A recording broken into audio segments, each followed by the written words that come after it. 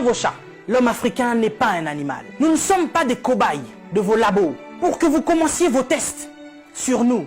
Ça fait des siècles que vous nous testez. Ça fait des siècles que vous nous faites souffrir. Depuis que vous avez découvert que le continent africain était le jardin d'Éden, vous ne voulez pas nous lâcher. Nous souffrons, mais nous sommes en train d'enrichir plusieurs. Nous mourons de faim alors que nous nourrissons plusieurs. Quelque chose m'a fait rire il y a quelque temps. 23 Italiens retrouvés clandestinement sur un port nigérian. Ah, depuis quand l'Italien rentre clandestinement au Nigeria? Parce que vous voulez aller vous réfugier en Afrique maintenant? Il n'y a pas très longtemps, sur vos côtes, vous chassiez les migrants de vos côtes. Votre Premier ministre a dit qu'il ne voulait plus. Il en avait marre de cette invasion africaine sur ses sols. Nous avons vu un migrant noir mourir dans les eaux de Venise sans que personne ne lui porte secours. Parce qu'il était noir, parce qu'il était africain. Nous avons tort parce que nous sommes africains ou parce que nous sommes riches de nos sols? Parce que nous avons de quoi manger et de quoi nourrir toute cette planète. C'est pourquoi l'Africain souffre. Mais Africain, laisse-moi te dire que tu es fort. Laisse-moi te dire que tu es vaillant. Laisse-moi te dire qu'il en faudra beaucoup plus pour te vaincre. Ils ont essayé de nous décimer par l'esclavage. Ils n'ont pas pu, nous sommes encore là. Et plus nombreux que jamais. Et nous sommes plus résistants que jamais. Parce que tous ces microbes auxquels nous faisons face chaque jour ne réussissent pas à nous décimer. Ce n'est pas un Covid-19 qui va décimer le peuple noir. N'ayez pas peur, tel est mon message. Je vous invite, chers Africains, à devenir beaucoup plus forts. Ne faites pas confiance à ceux qui nous gouvernent. Ça fait des lustres qu'ils sont là. Ils prennent leur retraite tout en étant présidents. Ils ont du mal à lâcher ce fauteuil qu'ils pensent être éternel. Qui a déjà fait 200 ans au pouvoir? Êtes-vous assez fort pour faire 300 ans? Vous n'arrivez même pas à faire 100 ans. Mais vous êtes tellement médiocre, ignoble. J'ai suivi plusieurs de nos présidents africains qui ont copié le discours du président Macron. Bande de marionnettes, bande de gigolos. Vous n'êtes même pas capable d'écrire vos propres discours, au point où vous devez copier sur ce que Macron dit. Lui-même, il est en train de mentir à la population française. Son gouvernement nous ment depuis le début.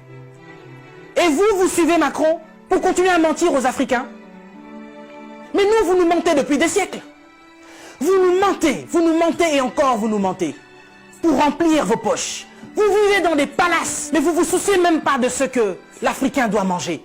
Oui, nous sommes en deuil. Et depuis des siècles, nous sommes en deuil. Parce que nous ne pouvons pas manger à notre faim. Parce que nous ne pouvons pas avoir de l'eau potable. Parce que nous ne pouvons pas avoir de l'électricité. Regardez à l'est de la RDC. Il y a un génocide qui perdure. Des gens meurent. Qui en parle? C'est sous silence. Et aujourd'hui, l'OMS vient nous parler de la pandémie, de l'épidémie, qui n'a même pas fait 100 000 morts dans le monde. Ces millions de Congolais qui meurent chaque jour. Qu'est-ce que vous en faites? Vous nous parlez de crise? Vous voulez prendre des décisions de crise? Mais nous, ça fait des siècles que nous sommes en crise. Qu'est-ce que vous faites, cher président? À part manger et boire et faire des fêtes. Vous parlez confinement? Oui, l'Africain accepte.